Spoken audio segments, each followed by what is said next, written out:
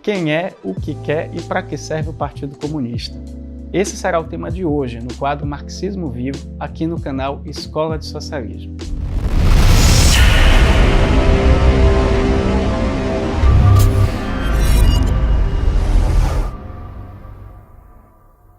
Olá, camarada, tudo certo? Meu nome é Caio Botelho e hoje o tema da nossa conversa é sobre Partido Comunista.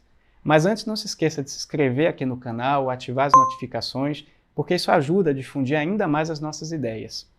Bom, a gente está acostumado a escutar algumas coisas sobre o Partido Comunista, e a maioria delas vem bem naquela pegada dos enlatados estadunidenses que costumam retratar os comunistas como os caras malvadões e os Estados Unidos, é claro, como os líderes do mundo livre. Mas se você está aqui é porque sabe que a história, na verdade, não é bem assim. Para entender o que o Partido Comunista representa, é preciso, em primeiro lugar, compreender o contexto histórico do seu surgimento. E aí, estamos falando lá do século XIX, quando a classe trabalhadora começa a experimentar suas primeiras formas de organização. Aos poucos, o proletariado percebe que apenas se organizando coletivamente teria força para lutar por mais direitos e contra a exploração.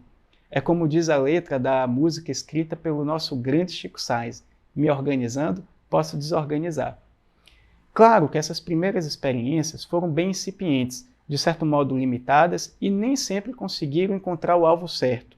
É o caso, por exemplo, do movimento que ficou conhecido como ludismo, que tinha como uma das principais formas de protesto a quebra das máquinas, que para eles eram as principais causadoras do desemprego e das baixas condições de trabalho. Outro exemplo foi o cartismo, um amplo movimento de massas de trabalhadores ingleses que reivindicavam melhores condições. Enfim, são diversos os exemplos. Cada um de seu jeito ajudaram o proletariado a aprender com seus acertos e erros e avançar tanto no conteúdo quanto na forma. No conteúdo, porque perceberam que já não bastava apenas melhorar o capitalismo, era preciso superá-lo. E na forma, porque começaram a entender que o proletariado necessitava de outro tipo de organização para levar a cabo esse objetivo. Aquelas ideias que, em germe, continham a luta por direitos trabalhistas e civis, também fizeram surgir as primeiras ideias de emancipação social.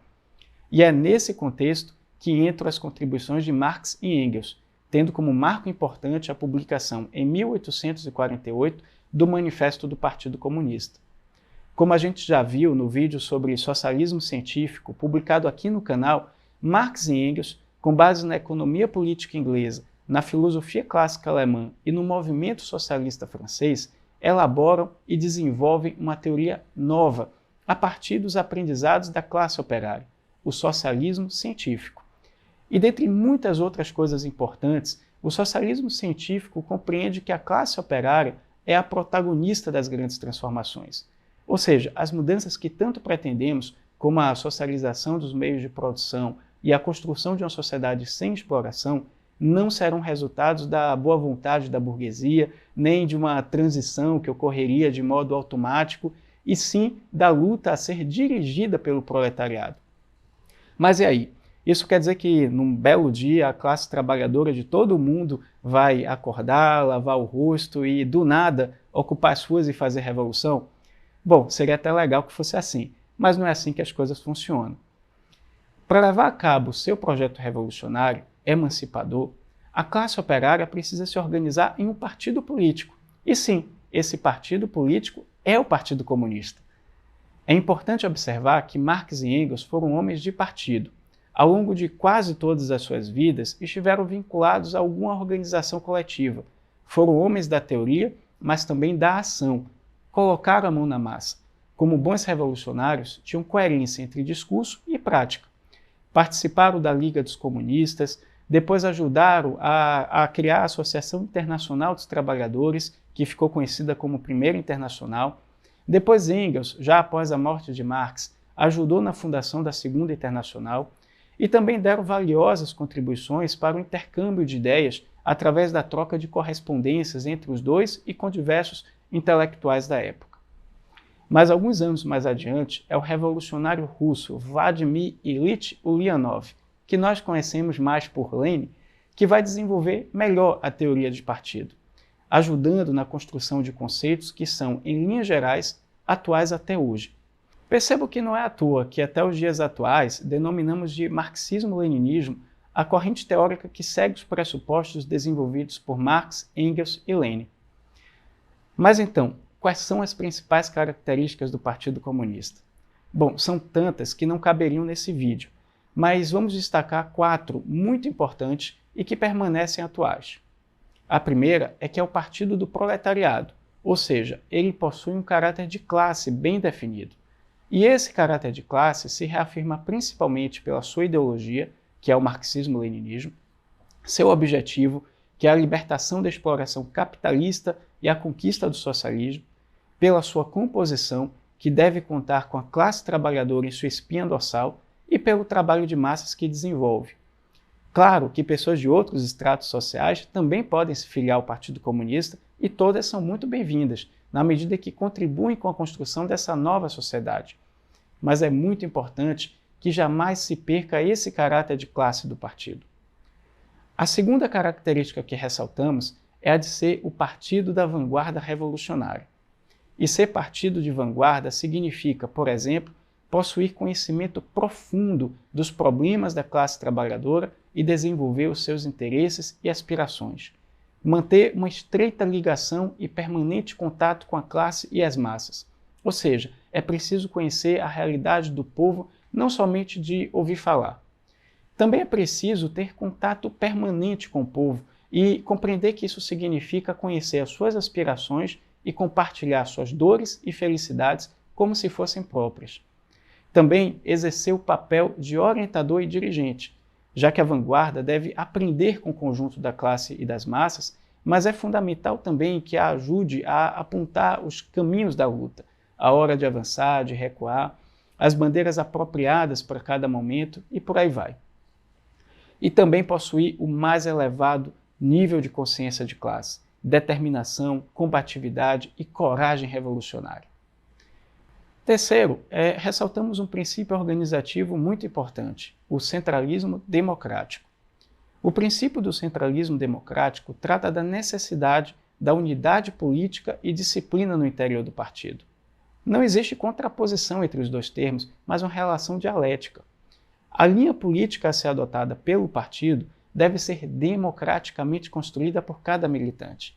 O centralismo democrático, portanto, estimula a expressão das opiniões pessoais de forma livre e responsável, e a ampla iniciativa de ação por parte de cada militante e de todas as suas organizações. Ao lado disso, o partido age como um todo uno, sob o primado de uma disciplina livre e conscientemente assumida. A unidade de ação política é a força do partido.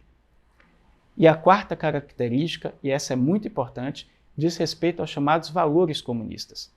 Porque o Partido Comunista, na sua luta para construir uma nova sociedade, além de realizar sua política e de difundir sua teoria, cultiva entre seus militantes e dissemina na sociedade os seus valores, dentre os quais nós podemos destacar o cultivo do sentimento nacional, o orgulho de pertencer ao povo, a valorização da história das lutas do povo, seus heróis, heroínas e mártires, a valorização do trabalho produtivo contra a exploração, a valorização das coisas públicas e coletivas sobre as coisas privadas, e também da solidariedade generosa contra o individualismo mesquinho, o combate à indiferença e o sentimento de impotência diante da situação vigente, o cultivo à igualdade e o combate aos preconceitos raciais, de gênero, de orientação sexual e quaisquer outros, e também a defesa do internacionalismo proletário e a solidariedade com as lutas dos povos em qualquer canto do mundo.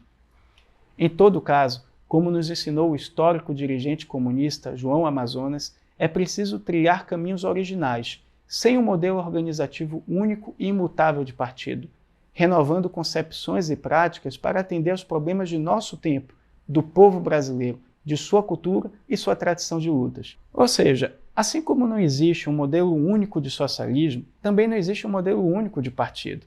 O fundamental, em qualquer situação, é manter a fidelidade ao horizonte socialista.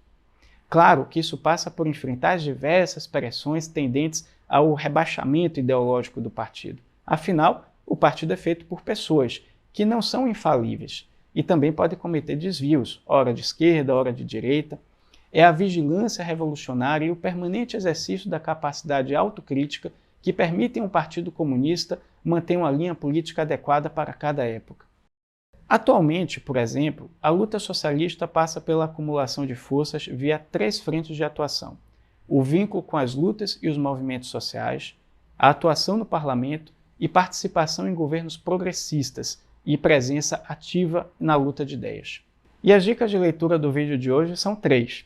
O livro O Partido com Paredes de Vidro, do antigo dirigente comunista português Álvaro Cunhal. Trata-se de uma obra espetacular que expõe de forma transparente o que defende o Partido Comunista. Também um artigo Marx, Engels e a Questão de Partido, do historiador Augusto Bunicori. E o artigo Força Decisiva da Revolução e da Construção do Socialismo, de João Amazonas. Você pode acessar essas obras nos links que estarão à disposição na descrição do vídeo. Boas leituras e até a próxima, camarada!